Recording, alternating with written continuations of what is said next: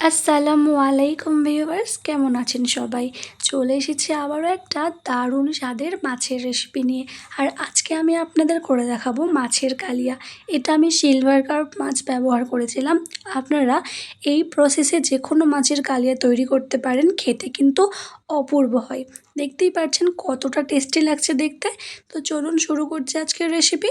সবার প্রথমে মাছের কালিয়া তৈরি করার জন্য এখানে আমি 5 পিস মাছের দাগা নিয়েছি এবং তাতে অল্প একটু লবণ এবং হলুদ আর অল্প একটু সর্ষের তেল দিয়ে এই মাছগুলোকে নুন হলুদটাকে খুব ভালো করে মাখিয়ে নেব এবং তারপর এটাকে আধ ঘন্টা রেখে দেব।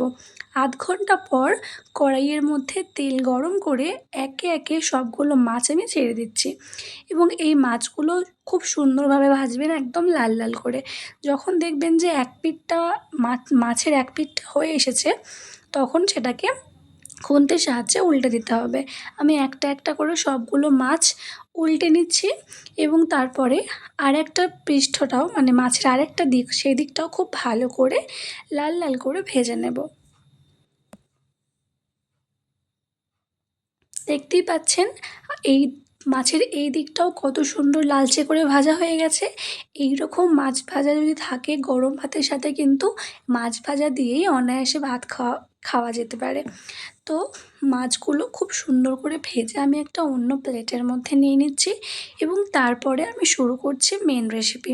তো মেন রেসিপিটা বানানোর জন্য কড়াইয়ের মধ্যে যে তেলটা ছিল তাতেই আমি দিয়ে দিচ্ছি একটা দারুচিনি, 4-5টা গোল এবং একটা তেজপাতা, এবং দিয়ে দিলাম দুটো মিডিয়াম সাইজের পেঁয়াজ। পেঁয়াজটাকে দেওয়ার পরে এটাকে হালকা একটু নেড়ে চেড়ে নেব এবং যখন দেখবেন যে পেঁয়াজটা একটু লালচে হয়ে এসেছে, একদম বেরেস্তা করার দরকার নেই, যখন দেখবেন যে একটু লালচে হয়ে এসেছে তখন এর মধ্যে দিয়ে দিতে হবে মশলা। এখানে আমি 1/2 চামচ লবণ, 1/2 চামচ জিরের গুঁড়ো, হলুদ গুঁড়ো, লাল লঙ্কার গুঁড়ো এবং ধনে গুঁড়ো, এই সবগুলো মশলা ব্যবহার করেছি। পরবর্তীকালে লবণটা যদি প্রয়োজন পড়ে তখন কিন্তু আমি আরেকটু অ্যাড করব। তো এরপরে সবগুলো মশলাকে ভালো করে নেড়েচেড়ে একটু মিশিয়ে নেওয়ার পরে এর মধ্যে দিয়ে দিচ্ছি থেঁতো করা আদা, রসুন এবং কাঁচা লঙ্কা। আদা, রসুন এবং কাঁচা লঙ্কাটা আমি খুব ভালো করে থেঁতো করে নিয়েছিলাম।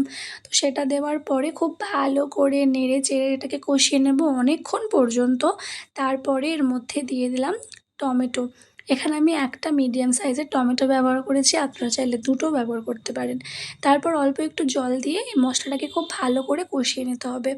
আর এই মশলা কষানোর কাজটা মিনিমাম 9 থেকে 10 মিনিট পর্যন্ত করতে হবে, যেহেতু এটা মাছ রান্না হচ্ছে। আর মাছের রান্নাতে তো প্রথমেই কষিয়ে নিতে হয়, এরপরে তো জল দেওয়ার পরে আর কষাতে পারবো না।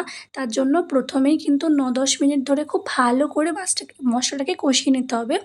তাহলেই কিন্তু মাছ রান্নাটা খেতে একদম অনুষ্ঠান বাড়ির মতো হবে। তো তারপর এখানে আমি কিছুটা জল অ্যাড করে নিয়েছি। তারপর হালকা একটু নেড়ে-চেড়ে এর মধ্যে আরও একটু জল অ্যাড করে নেব। তার কারণ মাছগুলো দেওয়ার পরে তো একটু ফুটতে দিতে হবে, তাহলে মাছের মধ্যে সমস্ত ঝোলটা টেনে খেতে অসম্ভব সুন্দর লাগবে। তো এরপরে আমি যখন দেখলাম যে ঝোলটা ফুটে এসেছে, তখন তার মধ্যে সমস্ত মাছগুলোকে দিয়ে দিলাম এবং মাছগুলোকে দেওয়ার পরে ওই যে মশলাটা গোলা জলটা আছে তৈরি হয়েছে, গ্রেভিটা, তার মধ্যে মাছগুলোকে একদম ডুবিয়ে দেব। তারপর ঢাকনা দিয়ে রান্না করে নেব কিছুক্ষণ। কিছুক্ষণ পর বুঝতেই পারবেন, ঢাকনাটা খুলে দেখতেই পাচ্ছেন মাছ জলটা একটু টেনে এসেছে। সেই পর্যায়ে ওপর থেকে একটু ধনেপাতা আমি ছড়িয়ে দিচ্ছি এবং ধনেপাতাটা দেওয়ার 3-4 মিনিট পরেই কিন্তু আমি ওভেনটা বন্ধ করে দিয়েছিলাম। আপনারাও সেটাই করবেন।